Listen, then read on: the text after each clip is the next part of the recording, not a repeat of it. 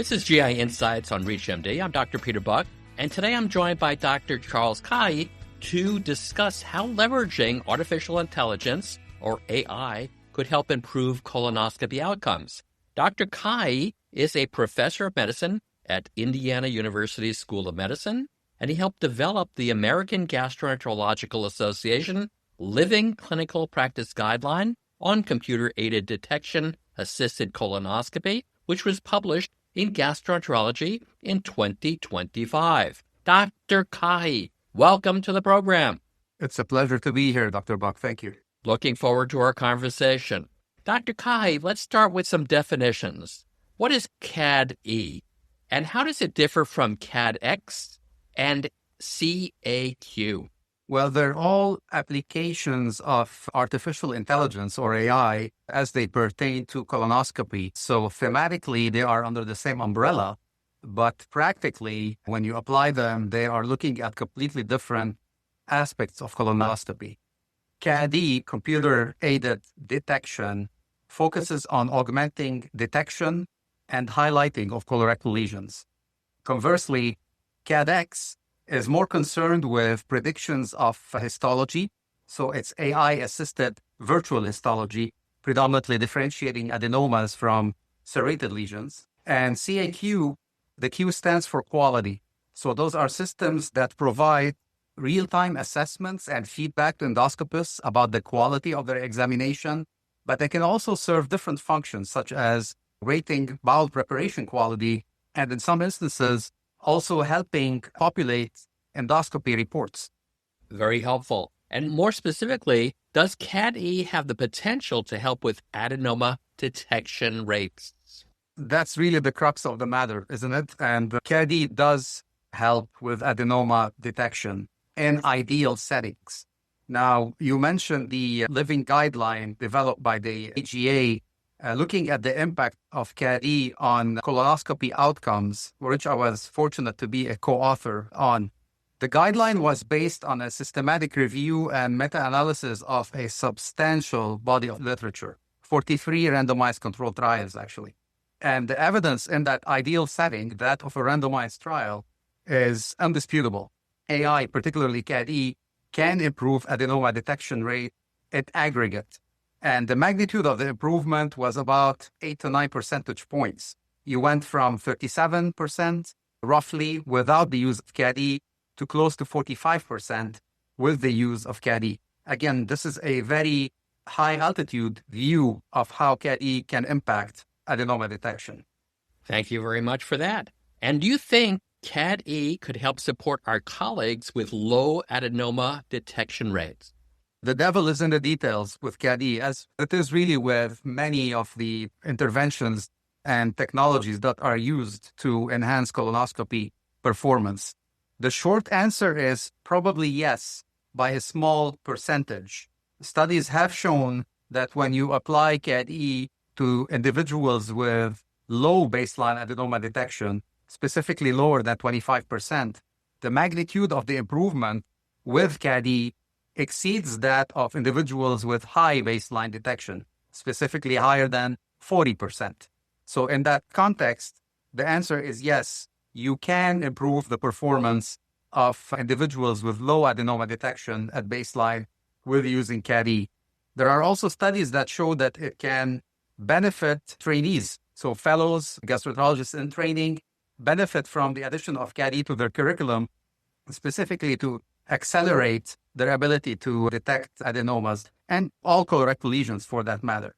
But there's a very important caveat here to keep in mind, and that's something we face with pretty much every new technology that is applied to colonoscopy with the aim to augment adenoma and other colorectal lesion detection.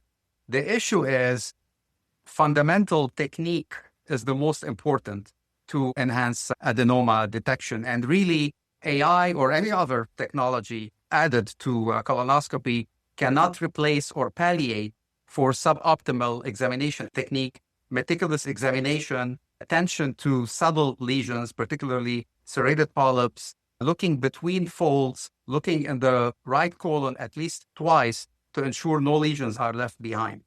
So The short answer is, in aggregate, if you look at low adenoma detectors versus high adenoma detectors, the benefit in terms of adenoma increment is higher for those that use CADe, but that cannot replace fundamentally sound technique.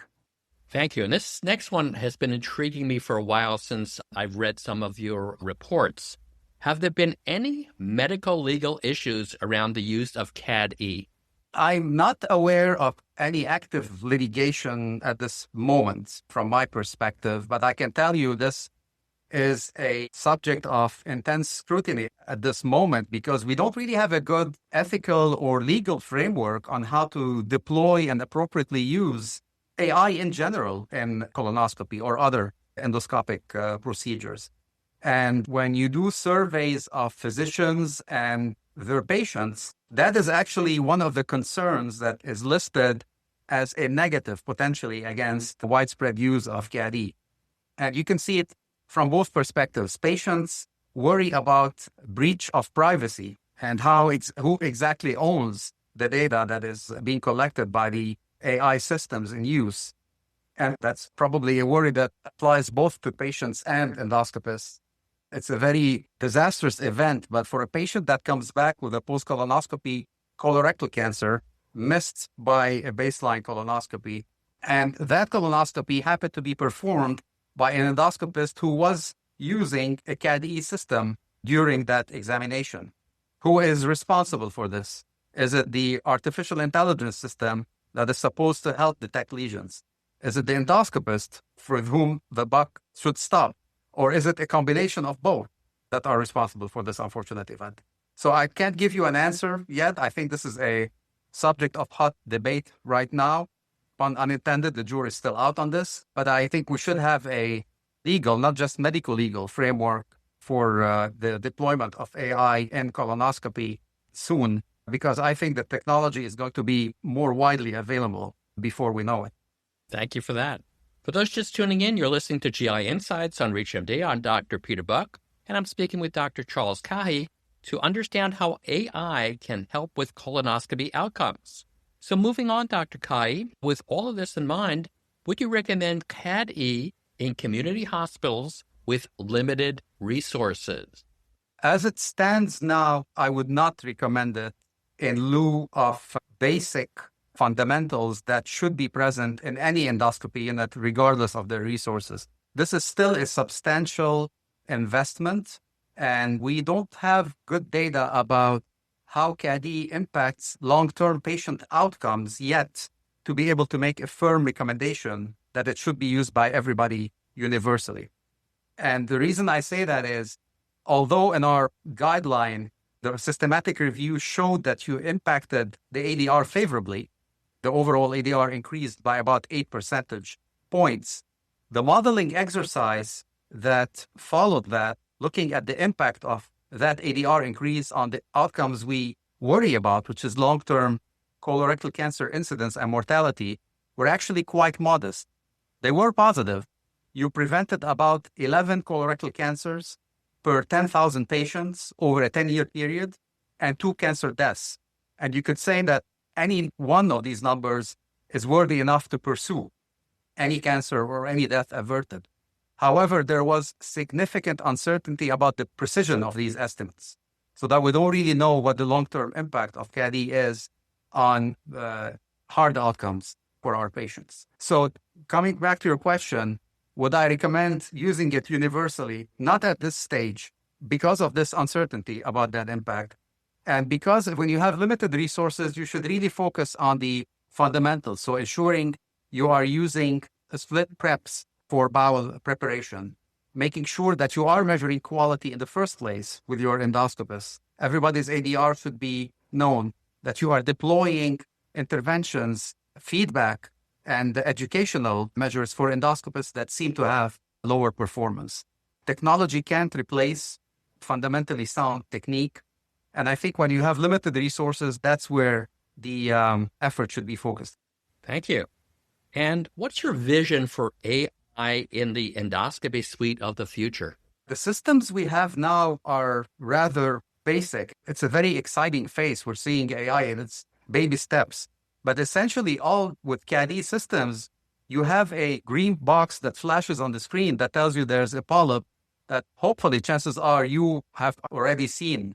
So it's augmenting your ability and helping you focus on the screen and interrogate suspected lesions repeatedly. The next generation, I think, will be much more seamlessly integrated in our suite. So the ideal would be you'd have a suite of AI technologies that are already built in your colonoscope that would include CADe, but also CADX. You'd get real-time diagnosis, know if the polyp is an adenoma or a more advanced lesion or a hyperplastic polyp, and that will make you to allow informed decisions regarding whether or not to resect the lesion.